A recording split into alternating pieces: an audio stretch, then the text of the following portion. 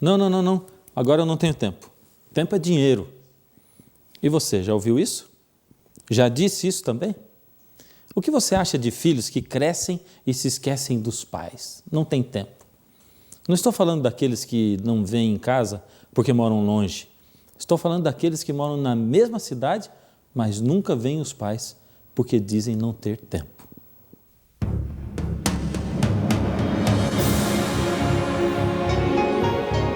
Ele permaneceu através dos tempos. O livro de Deus, a Bíblia. Indispensável em nosso mundo complexo. Está escrito, transmitindo esperança ao redor do mundo. Apresentado por Fernando Iglesias.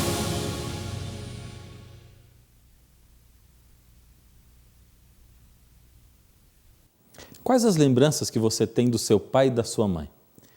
Quando eu era menino, eu morria de medo de trovão. O mais incrível é que o medo acabava na hora que eu corria para a cama do pai e da mãe. Meu pai, por exemplo, costumava cantar para a gente. Ele cantava Tutu Marambá. A voz dele, grave, afinada, envolvia a gente de um jeito que não dá nem para explicar. A única coisa que eu posso explicar é que quando eu acordava, eu já estava de volta na minha cama. Tutu Marambá, não venha mais cá, que o pai do menino te manda pegar. Há uns anos atrás, eu fui passar uns dias de férias na casa dos meus pais. Meu pai sempre foi muito cantarolante. Desculpe por inventar essa palavra, mas é que ele vive assobiando pela casa, cantando. Naquele dia, eu ouvi meu pai cantando bem baixinho. Eu percebi que o som vinha de lá do quarto dele. Fiquei assim surpreso, porque fazia muitos anos que eu não ouvia meu pai cantando aquela música, Tutu Marambá. Fui andando bem devagarinho, pé por pé, para ver o que estava acontecendo.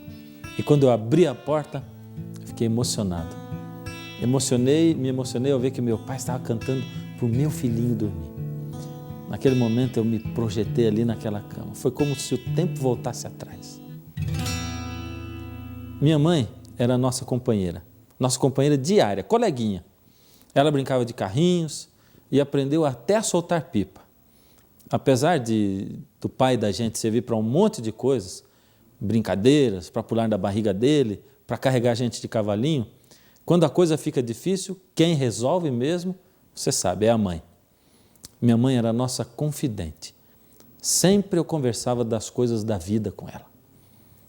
Meu pai tinha muito trabalho e a gente só se via quando estava escurecendo. Nem sempre ele tinha tempo para brincar com a gente todo dia. É por isso que a gente esperava com muita ansiedade a chegada do sábado. No sábado, meu pai sempre tinha tempo para ficar com a gente. Sábado era dia de investir na companhia uns dos outros em conversa lá em casa. Na maioria dos sábados, a família toda se reunia, tios, tias, primos, vô, vó.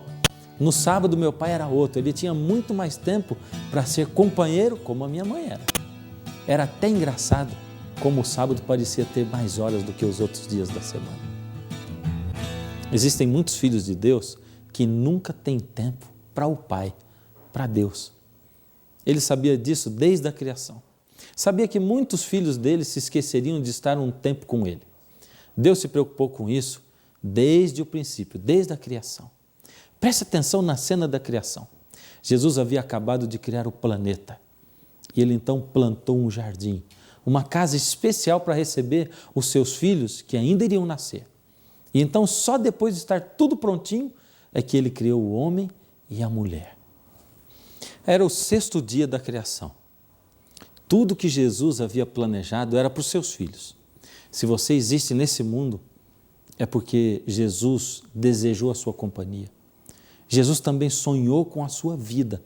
Ele planejou o surgimento seu nesse mundo. Jesus suspirou por você. Você vê que eu estou alternando o nome de Deus e Jesus, porque a Bíblia declara que o Deus Criador do Gênesis era o próprio Jesus, como está escrito em João capítulo 1, do verso 1 até o 3. No princípio era o Verbo, Jesus, e o Verbo estava com Deus e o Verbo, Jesus, era Deus. Todas as coisas foram feitas por Ele e sem Ele, nada do que foi feito se fez. Só que os primeiros seres criados não nasceram nesse mundo como crianças. Eles foram criados adultos, já nasceram falando. Imagine o tanto de coisas que os dois tinham para conversar com Jesus, quantas perguntas a serem feitas e respondidas. Tudo era diferente, tudo era novo, tudo era muito curioso. Quanto tempo será que Deus, o Pai, dedicava aos dois filhos? A Bíblia diz quanto tempo. Em Gênesis 3:8 diz o seguinte: quando ouviram a voz do Senhor Deus que andava no jardim pela viração do dia. A cada dia, quando o sol se escondia lá no horizonte, o Criador se encontrava com os seus filhos. Eles passavam o dia todo sozinhos, descobrindo sozinhos a vida. Então, de tarde, o Senhor aparecia. Mas para Jesus, esse tempo ainda era pouco. Ele queria mais. Por isso, desde a criação, Jesus planejou passar um tempo especial com eles. Veja só, veja comigo aqui em Gênesis, capítulo 2, verso 2. Gênesis 2, 2. E havendo Deus terminado no dia 7º a sua obra que fizera, descansou nesse dia de toda a sua obra que tinha feito. A Bíblia declara que o Senhor criou tudo em 6 dias e que ao 7º dia Ele descansou. Deus descansou, mas Deus se cansa? A Bíblia diz que não. Em Isaías 40, 28, a gente lê o seguinte: não sabeis, não ouvistes, que o eterno Deus, o Senhor, o Criador, não se cansa, nem se fadiga? Deus não estava cansado, mas Ele descansou da sua obra no 7º dia, porque como um pai que ama os seus filhos, Ele desejava passar tempo com os filhos e também porque Ele sabia que futuramente o homem precisaria de descanso. Deus queria gastar tempo com eles. Sabe por que tempo? Porque o tempo é a essência da vida. Na verdade, o tempo é a própria vida. Quer dizer ao seu filho de 4 anos que você o ama? Então dedique tempo a ele. Ao invés de dizer, olha, o papai te ama, viu? Prove que o ama. Jogue bola com ele, brinque de carrinho com ele. Você quer dizer para sua esposa que você ama? Dedique tempo a ela. Só vocês dois. Passeiem juntos, caminhem juntos. Tenha tempo para ouvir as coisas que são importantes para ela. Ninguém consegue entender uma declaração de amor de alguém que passa tanto tempo fora que quase se torna desconhecido. Jesus, o Deus Criador, escolheu dedicar a coisa mais importante do mundo a nós, os seus filhos: tempo. A cada dia, quando o sol se escondia, Deus se encontrava com os seus filhos. Eles passavam o dia todo sozinhos, descobrindo a vida, e só à tarde o Senhor aparecia. Mas quando chegava o sábado, o 7º dia da semana, aquele dia era especial. Naquele dia, eles não estavam com Deus só de tardezinha. O sábado era o dia inteiro para estar com Jesus, para rir com Ele, brincar com Ele, conversar com Ele. Sábado era o dia especial de aprender de Deus. Lá na minha casa, o sábado também era dia de ir à igreja. E minha mãe sempre deixava a melhor roupinha preparada desde a sexta-feira. Sábado também era dia de levar roupas, alimentos para os mais pobres que nós. Sábado era dia de ficar com os meus pais, com o próximo e com Deus. Mas por que tudo isso no sábado? A filosofia dos meus pais era a seguinte: se Deus, o Criador do universo, marca um encontro conosco no dia de sábado, como nós, os seus filhos, suas criaturas, poderíamos faltar a esse encontro com Deus? Não existe nesse mundo alguém mais interessado em nós do que Jesus. Ele sabia que o pecado entraria nesse mundo e que as pessoas se tornariam más umas com as outras. Sabia que elas iriam se esquecer de Deus completamente. Jesus amava tanto os seus filhos que não queria que eles sofressem. E se nós não tivéssemos escolhido nos afastar de Deus, não haveria sofrimento. Jesus sabia que os homens iriam maltratar uns aos outros e queriam escravizar uns aos outros também. Ele também sabia que se esqueceriam do sábado como dia de descanso. Por isso, Jesus confirmou o sábado em sua lei dada para Moisés lá no Sinai. Você já percebeu como é o texto todo do 4º mandamento? Êxodo 23, 12 diz: 6 dias farás a tua obra, mas ao 7º dia descansarás, para que descanse o teu boi e o teu jumento, e para que tome alento o filho da tua serva e o forasteiro. Percebeu como Jesus protege os servos, os escravos e até os animais com o sábado? Quando Jesus criou o sábado, Ele queria que esse fosse um dia para proteger os desprotegidos. O tempo foi passando e as pessoas se afastando cada vez mais de Deus. Até o povo de Israel, que se dizia povo de Deus, depois de passar 400 anos no Egito, se misturou com o povo egípcio e tomou os costumes deles, os deuses deles para si. Eles deixaram tudo o que haviam aprendido. Chegaram a ponto de se tornarem escravos e perderam a sua liberdade. Alguns daquele povo que permaneceram fiéis se lembraram de Deus e clamaram a Deus. Então Deus enviou a Moisés para tirar o povo do Egito. Finalmente Deus anunciou ao povo que naquela noite haveria libertação. Deus iria realizar um ato de libertação maravilhoso. Então Deus, aproveita para lembrar ao povo de que a libertação final do ser humano de seus pecados seria através da cruz de Jesus, que Jesus iria ainda nascer no mundo e que iria ainda morrer por toda a humanidade. Então Deus apresenta mais um motivo para que guardássemos o sábado. Deuteronômio 5,15 diz: porque te lembrarás que foste servo na terra do Egito, e que o Senhor teu Deus te tirou dali com mão poderosa e braço estendido, pelo que o Senhor teu Deus te ordenou que guardasses o dia de sábado. Em cada sábado, Israel deveria se lembrar que o seu Deus é um Deus libertador. O sábado teria um significado de libertação. Libertação em 3 dimensões. Primeiro, o sábado significava libertação no passado. Era o livramento na época da libertação do Egito, a Páscoa da qual acabamos de falar agora. Segundo, o sábado significa libertação no presente. É o livramento das nossas cargas de cada semana, o alívio do estresse, que deveria acontecer sempre no 7º dia de cada semana. E em terceiro, o sábado significa libertação no futuro. Seria o livramento que o Cordeiro de Deus iria proporcionar na sua morte lá na cruz e que vai proporcionar ainda por ocasião da sua segunda vinda.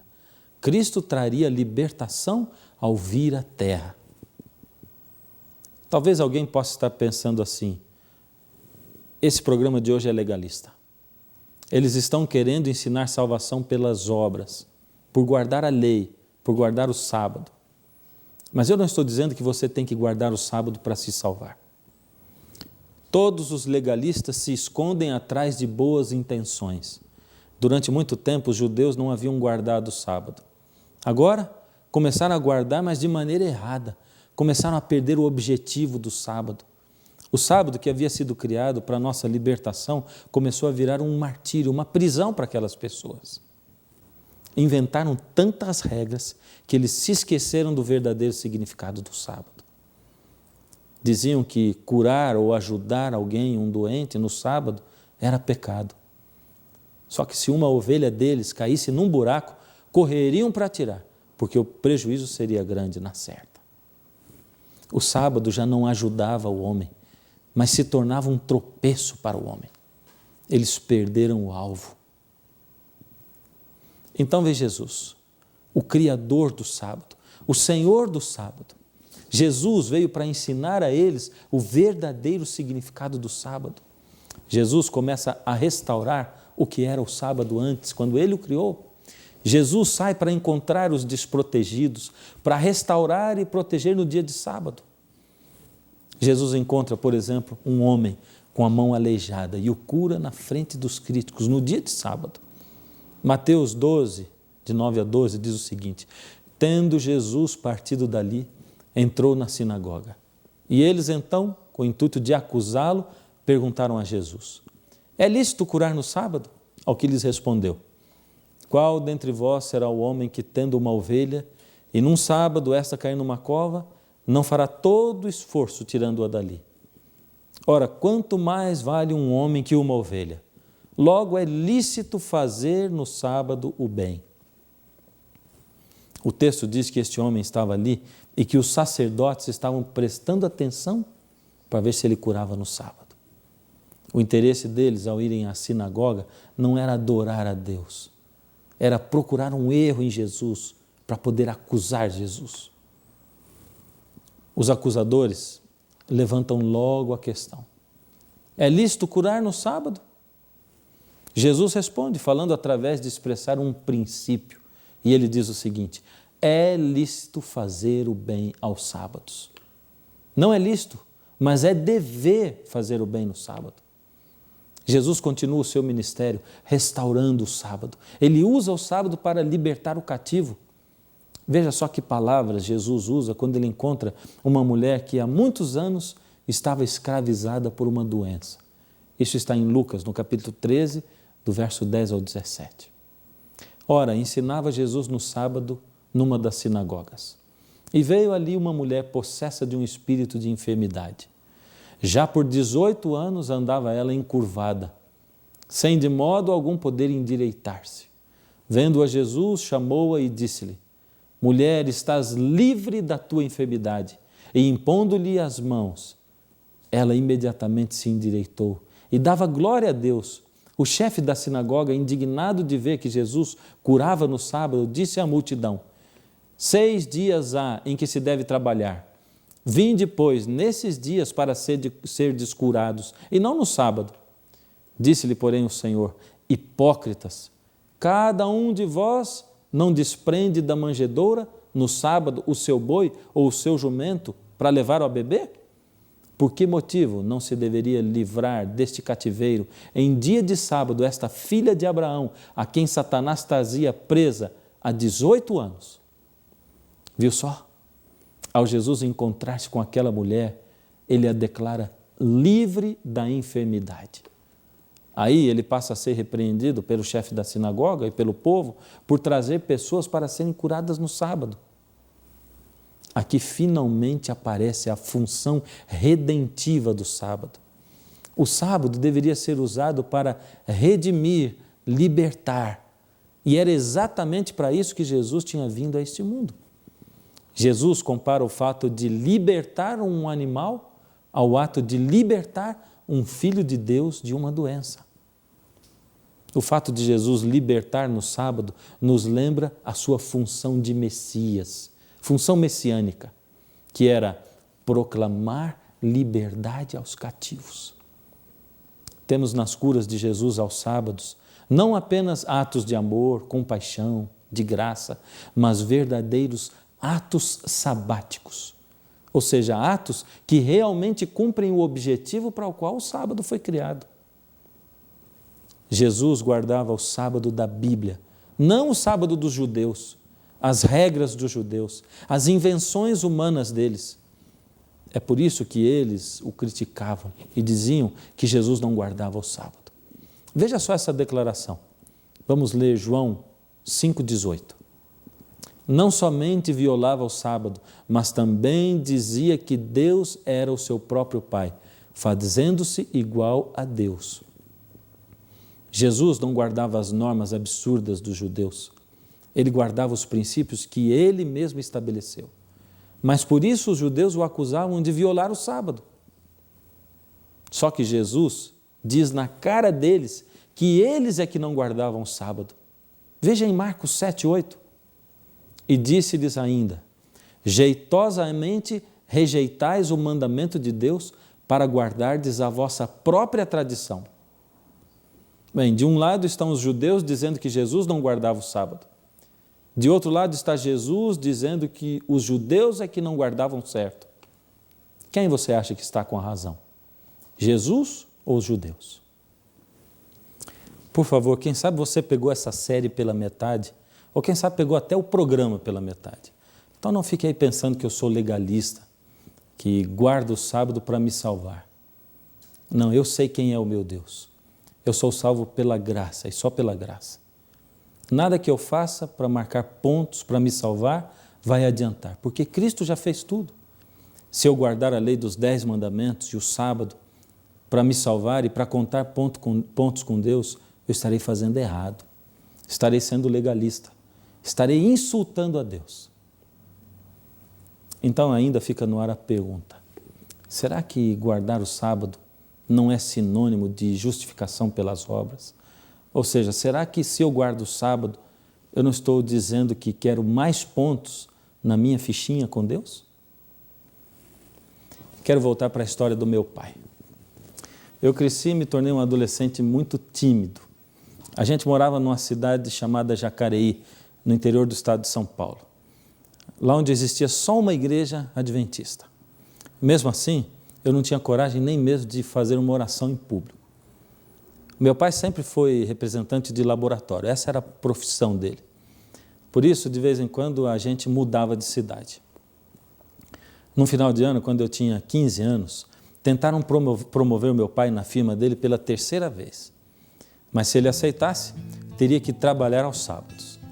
Então ele rejeitou pela 3ª vez a promoção. Só que dessa vez ficaram tão irritados que demitiram o meu pai. Legalismo isso? Meu pai tinha uma filosofia.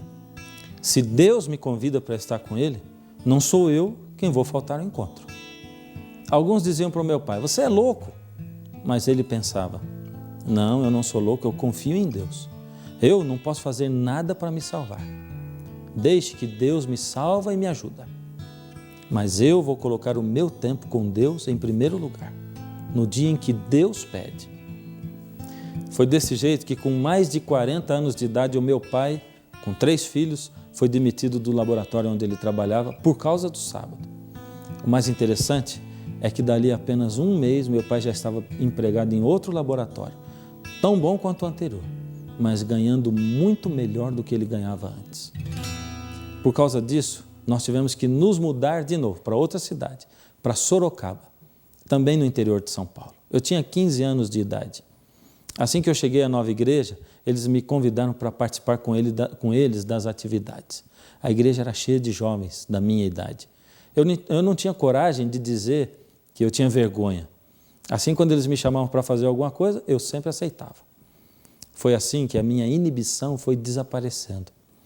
Em Sorocaba eu encontrei a minha namorada, que hoje é minha esposa. Meu irmão se casou com a irmã dela. Lá na cidade de Sorocaba, depois de tanto participar na igreja, eu me senti chamado por Deus para cursar o seminário de teologia. E foi de Sorocaba que eu saí para fazer 4 anos de seminário. Meu pai se aposentou naquela mesma firma e trabalhou até os 70 anos de idade, sempre admirado pelos colegas e pelos médicos com quem ele trabalhava. A decisão do meu pai de permanecer fiel a Deus mudou a nossa vida para melhor. Ao invés de o sábado ser um sinal de salvação pelas próprias obras, é exatamente o contrário. O sábado é o maior sinal de justificação pela fé. É o dia em que eu paro tudo e confio em Deus. Meu pai confiou totalmente em Deus. Meu pai não fez nada para ganhar o seu sustento e deixou tudo nas mãos de Deus. Enquanto pessoas o chamavam de louco ou de vagabundo, ele simplesmente olhou para Deus e disse: Senhor, até aqui eu pude fazer, mas de agora em diante é o Senhor quem deve fazer por mim. Desde o princípio, a coisa que Deus, o nosso Pai, mais queria era passar um tempo conosco. Ele sabia que a nossa vida aqui nessa terra iria ser bem curta e Ele queria aproveitar passando o maior tempo com você e comigo. Deus convida você hoje para um descanso, um dia, 24 horas de descanso ao lado dEle, sob a proteção dEle, sob as bênçãos dEle. O que você diz? Por saber que a vida é tão curta e a saudade que dói em meu ser, separei este dia pra estarmos juntinhos. Não me deixe esperar por você. Em 6 dias criei toda a terra fiz as flores, os prados e fiz você.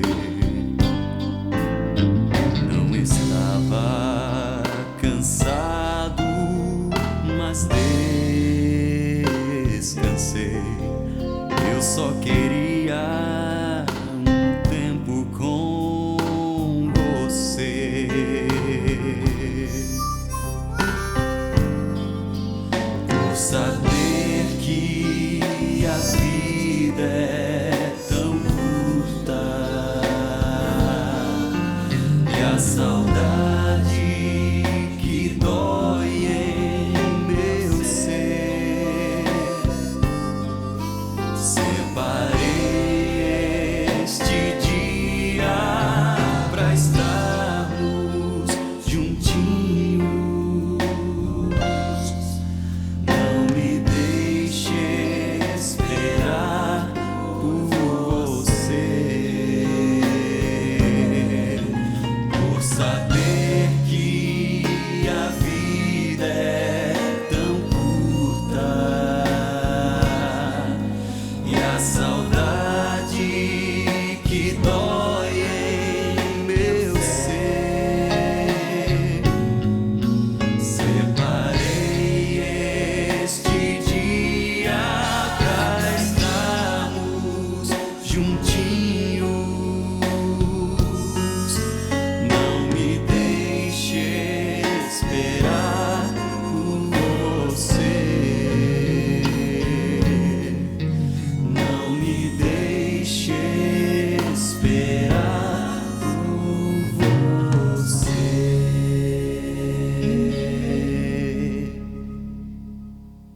Eu sei que ainda ficam algumas dúvidas a serem esclarecidas. E sei também que uma delas é: mas será que não pode ser qualquer outro dia? Será que Deus não me pede apenas o tempo e me deixa escolher qual será o dia em que eu vou parar para estar com Ele? Nós temos ainda 2 programas. Você é nosso convidado especial. Por hoje, eu gostaria de orar com você. Uma oração especial. Uma oração de descanso no Senhor. Incline a sua fronte para nós orarmos. Deus amado, queremos descansar sabendo que o Senhor cuida da nossa vida. Queremos, Senhor, nos livrar do nosso estresse, queremos nos livrar da depressão que nos oprime. Sabemos que o Senhor nos convida para um dia inteiro, 24 horas com o Senhor. Sabemos que o Senhor é o nosso Pai que nos ama e que quer o melhor para nós. Por isso, Senhor, cada dia mais, abre a nossa mente e o nosso coração. Entra nessa vida desse filhinho seu que agora nos escuta. Em nome de Jesus. Amém. Não se esqueça que nós temos um encontro marcado para a próxima semana. No próximo está escrito. E até lá, saiba sempre, se houver alguma dúvida, está escrito. Nem só de pão viverá o homem, mas de toda palavra que sai da boca de Deus.